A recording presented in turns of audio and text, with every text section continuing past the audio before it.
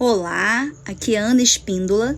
Nós estamos lendo o livro O Despertar da Leoa, da autora Lisa Beverly, da editora Chara. Capítulo 1, áudio 2. Chega de desculpas. Durante anos eu vinha dando desculpas para mim mesma. Eu era uma sobrevivente de câncer, mãe e dona de casa de um passado problemático, que queria apenas sobreviver aos filhos em idade pré-escolar. Seria possível que Deus pensasse que eu estava destinada a mais do que isso? Haveria algo poderoso, ligeiramente feroz, esperando para ser despertado dentro de mim? Talvez a coragem me caísse bem. Afinal, eu não gostava de aventura quando eu era jovem. Houve um tempo em que as minhas ideias a respeito do trabalho dos meus sonhos variavam entre ser assassina profissional e astronauta. Sim, eu queria recuperar um pouco da força que havia perdido enquanto tentava me encaixar como uma esposa de pastor e uma boa mulher cristã. Estava cansada de ser considerada fraca e chorosa e de se revisitar a dor do meu passado. Estava pronta para um desafio. Eu amava o fato de meu marido ser apaixonado e forte, mas estava cansada de me esconder atrás dele. Cansada de fixar a minha mente sem parar com tantas coisas que não tinham importância. Cansada de fingir. Talvez a visão da leoa fosse exatamente o que eu precisava. Em vez de ser boa e segura, eu estava pronta para ser vista como ligeiramente feroz e definitivamente focada. Dirigi para casa após o almoço naquele dia, agarrando o volante com mais força do que o necessário. Estava disposta a experimentar essa sensação de ser leoa na segurança relativa do meu carro. Abaixei os vidros, aumentei o volume ao máximo da música que eu estava ouvindo, que tocava no rádio, deixei o vento sacudir a minha juba no lugar do ar-condicionado. Tudo isso parece um pouco tolice agora, principalmente porque as leoas não possuem jubas. Através das minhas lentes Ray-Ban, em forma de gato, vi o meu cabelo ondulado e iluminado no espelho lateral. Espere aí, estou vendo o dourado selvagem da leoa nesses cachos? Não vou estar pronta até outubro? Está bem, eu vou lhe mostrar. Eu sou uma leoa. De alguma forma, a combinação do meu passo em falso no almoço, da avaliação direta de minha amiga e de uma série de eventos não relacionados, uma transformação interessante começou a tomar forma. Foi como se uma crítica severa fosse lançada e um desafio tivesse sido feito. Com o nascimento do meu filho, Arden Christopher, seu nome significa ardente, determinado, ungido. Alguma coisa dentro de mim mudou. Embora outro filho significasse mais fardo para uma mãe, tornei-me uma filha focada. Como você pode imaginar, com muitas outras mães, meu espírito ligado a Deus sofria pressão.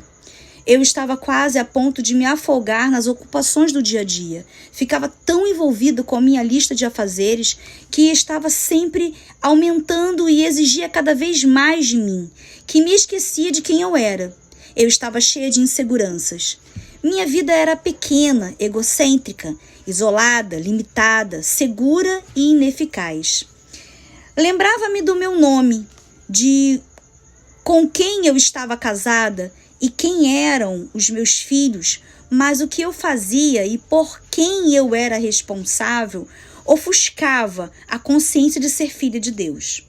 Quando eu comecei a desacelerar, Deus começou a sussurrar força dentro de mim e a me chamar por outro nome.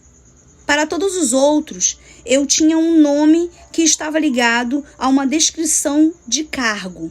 Eu era a mãe para os meus filhos. Eu era a esposa para o meu marido, a esposa do pastor para a congregação, mas para o Deus Altíssimo eu era simplesmente filha. À medida que foquei em apenas ser dele e em tudo o que isso significava, a vida e a força fluíram para dentro dos meus dias e o descanso entrou em minha alma. Meu coração se ampliou. Depois do nascimento de Arden, comecei a sair da sombra das minhas inseguranças, dos meus medos, da minha zona de conforto e dos meus fracassos e comecei a estender a mão para outros. Escrevi o meu primeiro livro, Fora do Controle e Amando Isso. Esse é o nome, enquanto amamentava o Arder. Escrever esse livro abriu um mundo diferente para mim. De repente, eu estava falando para mulheres em meu país que estavam famintas por autenticidade. Em resposta ao sofrimento e à fome dessas mulheres e à necessidade evidente de relações femininas saudáveis, escrevi mais livros. O tempo passou, nós nos mudamos da nossa casa no ensolarado, quente e úmido estado da Flórida para outra casa no ensolarado, frio e seco estado do Colorado.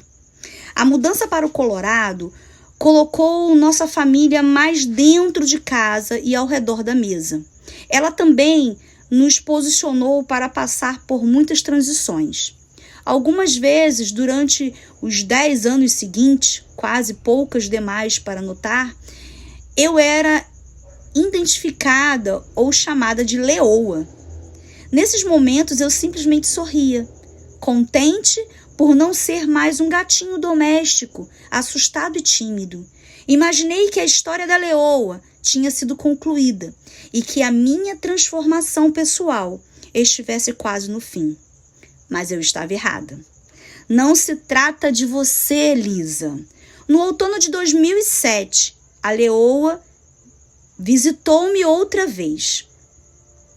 Eu era uma entre as muitas outras convidadas que ministravam em uma conferência para mulheres na incrível terra da Nova Zelândia. Esse evento teve uma frequência tão grande que a igreja anfitriã precisou fazer 2 conferências seguidas para acomodar todas as mulheres inscritas. A primeira conferência foi feita na igreja e a segunda foi realizada em um estádio. Havíamos terminado a conferência número 1 e estávamos no estádio para a conferência número 2. As sessões já tinham começado. As ministras eram servas poderosas, compassivas e fiéis da palavra, mas por alguma razão desconhecida eu me senti perturbada durante o intervalo da tarde. Não era pressão para me preparar, porque eu iria apenas repetir o que havia sido dito na primeira conferência. Ainda assim, senti uma urgência em orar antes da minha ministração. Era como se houvesse alguma espécie de resistência. Eu sabia que não era por parte das participantes que escolheram estar ali, nem por parte de nenhuma das palestrantes ou da igreja anfitriã. Todas nós ali tínhamos um coração, um só coração, e fomos prontas para adorar, pregar e encorajar outras mulheres. Mas havia algo mais nessa mistura. Talvez Deus estivesse querendo chamar a minha atenção. Eu tinha de ficar sozinha e entender o que estava acontecendo. Então fui para o quarto do hotel em que estava hospedada, cuja vista da janela dava para o porto de Auckland. Andei pelo quarto, estendendo os braços em direção ao porto, orando pela direção de Deus e por sua percepção, cantando louvores em meu iPad. Cantai a Deus com voz de triunfo. Para posicionar o meu coração, comecei a agradecer a Deus por diversas coisas que Ele estava fazendo em minha vida. Eu acabara de concluir a edição final do meu livro Nutrição e comecei a agradecer a Deus porque o processo de escrita e edição havia terminado. Para mim, escrever um livro é como passar por um trabalho de parto. Portanto, minha oração foi mais ou menos assim: obrigada, Deus, está terminando. Depois de exaltar ao Senhor, declarei: mas não quero escrever novamente tão cedo.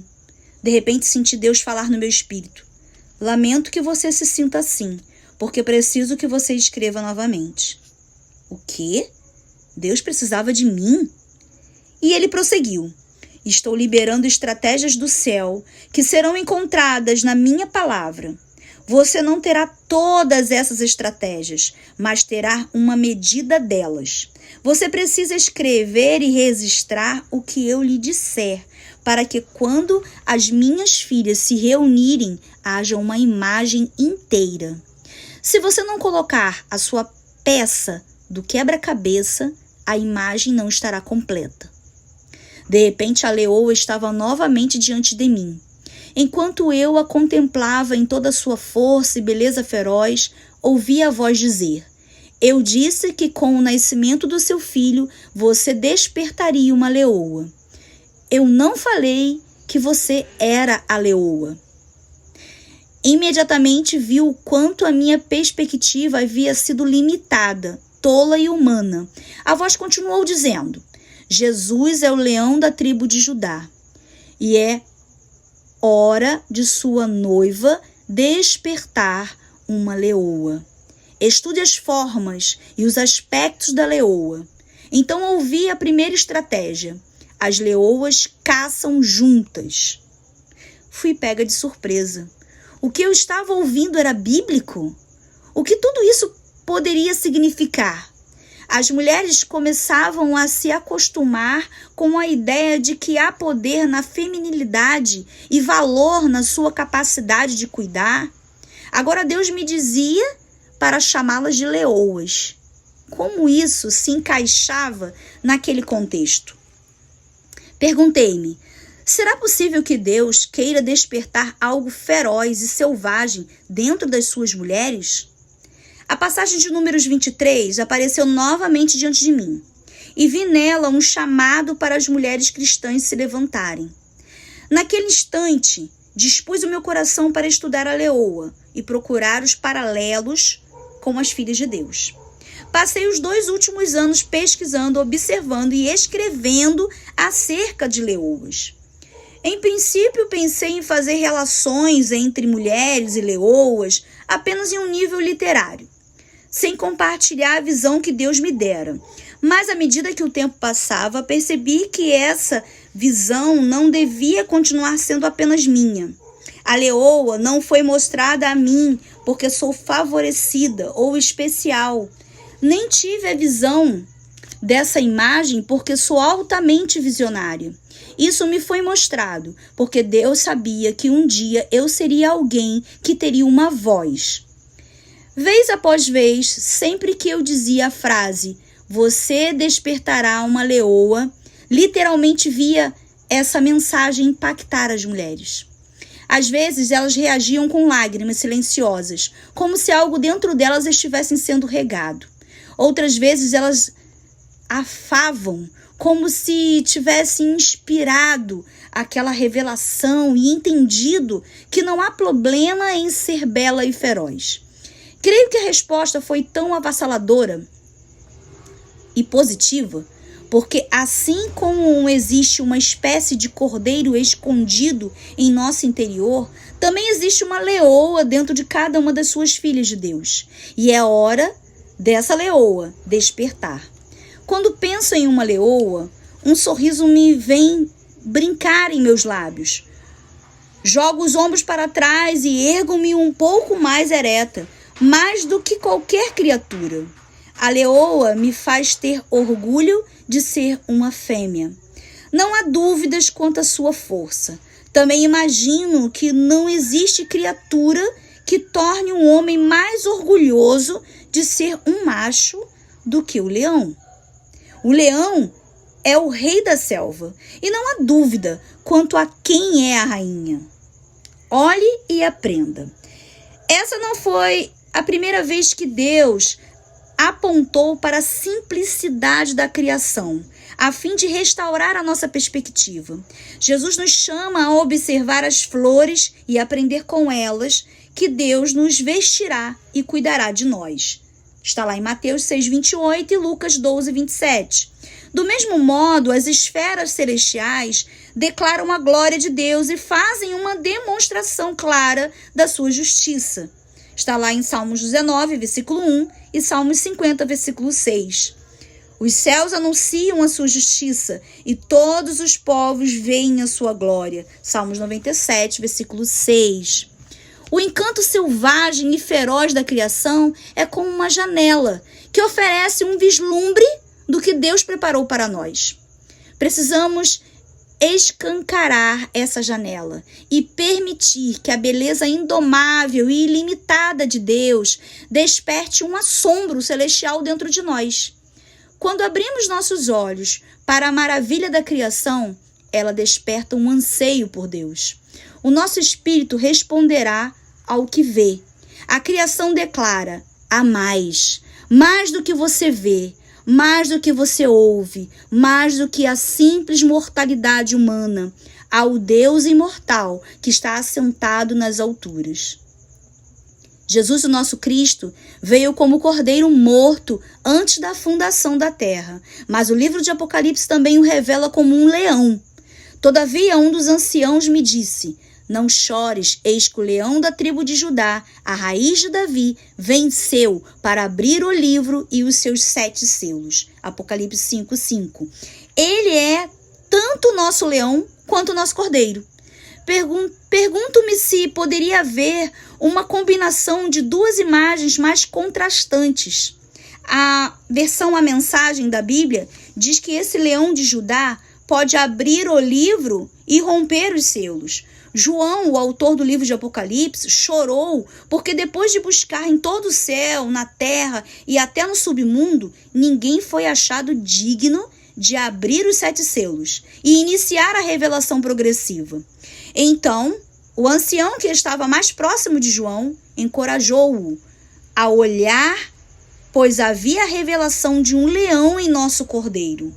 Só ele é digno e pode iniciar essa obra de abrir os selos. Rasgar ou romper é uma liberação violenta.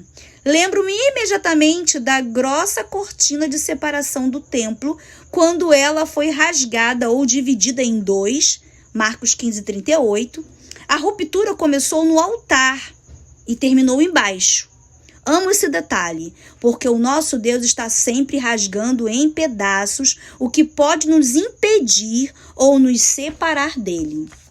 No livro misteriosamente divino de Apocalipse, esse ato de rasgar os selos dos pergaminhos do céu coloca as coisas em movimento na terra. Agora mesmo sinto Deus ansiando por rasgar selos e revelar uma porção de si mesmo a cada uma de nós e em cada uma de nós. Do contrário, por que ele teria escrito esse final dramático da nossa história terrena se não contivesse uma revelação para cada uma de nós?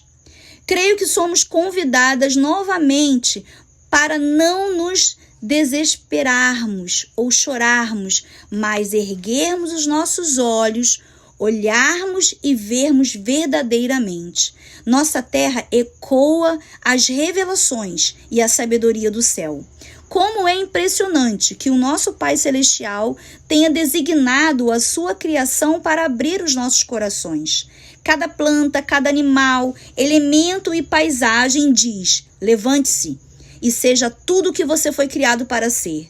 De acordo com Jó, a natureza tem o potencial de nos ensinar, ensinando através de toda a sua criação a usar pássaros e animais para dar sabedoria. Jó 35, versículo 11. A maravilha do amor de Deus e até onde ele irá para nos transmitir a sua sabedoria é vasta demais para entendermos. Mas não deveríamos nos surpreender com isso.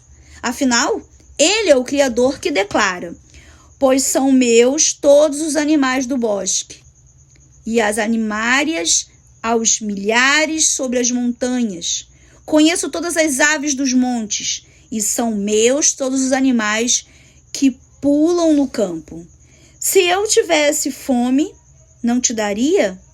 Pois o mundo é meu, e quanto nele se contém. Salmo 50, do versículo 10 ao 12. Nós nos isolamos das criaturas da terra, mas Deus as conhece pelo nome. Nós imaginamos que Deus não se importa com a sua criação. Ele moldou a criação para si. A natureza tem muito a revelar sobre o seu Criador, se tão somente a ouvirmos. Em Provérbios, nos é dada uma ordem: você, preguiçoso, olhe para a formiga, observe-a e aprenda alguma coisa com ela. Creio que Deus está nos pedindo para fazer algo semelhante agora. Ele está nos pedindo para olharmos para a leoa e aprendermos. Ele nos convida, filhas, olhem para a leoa, observem-na atentamente, deixem que ela despertem a sua natureza indomável, sua beleza feroz, a sua força desenfreada, para que vocês possam se levantar e ser as mulheres corajosas que eu as chamei para ser. Como uma leoa revela a força e a coragem que há nas mulheres. E como as mulheres podem se levantar como leoas? Cada uma de nós terá a nossa resposta única. Mas esse vislumbre das características da leoa pode lhe dar uma percepção. Nos capítulos seguintes, nós vamos observar diversas razões pelas quais uma leoa se levanta do seu descanso ao sol africano. Ela se levanta para adquirir força, ela se levanta para saudar e cuidar dos outros, ela se levanta para caçar, ela se levanta ao lado de outras leoas, ela se levanta para levar os jovens para um lugar seguro, ela se levanta para confrontar os inimigos que ameaçam o bando, ela se levanta para andar com o seu rei. Passei a ver a leoa como uma imagem que representa a maneira como cada filha do Deus Altíssimo pode abraçar a sua força, desenvolver coragem e mudar o seu mundo. Existe uma leoa escondida dentro de você. E oro para que ao terminar de ouvir esse livro, você possa responder a essa pergunta.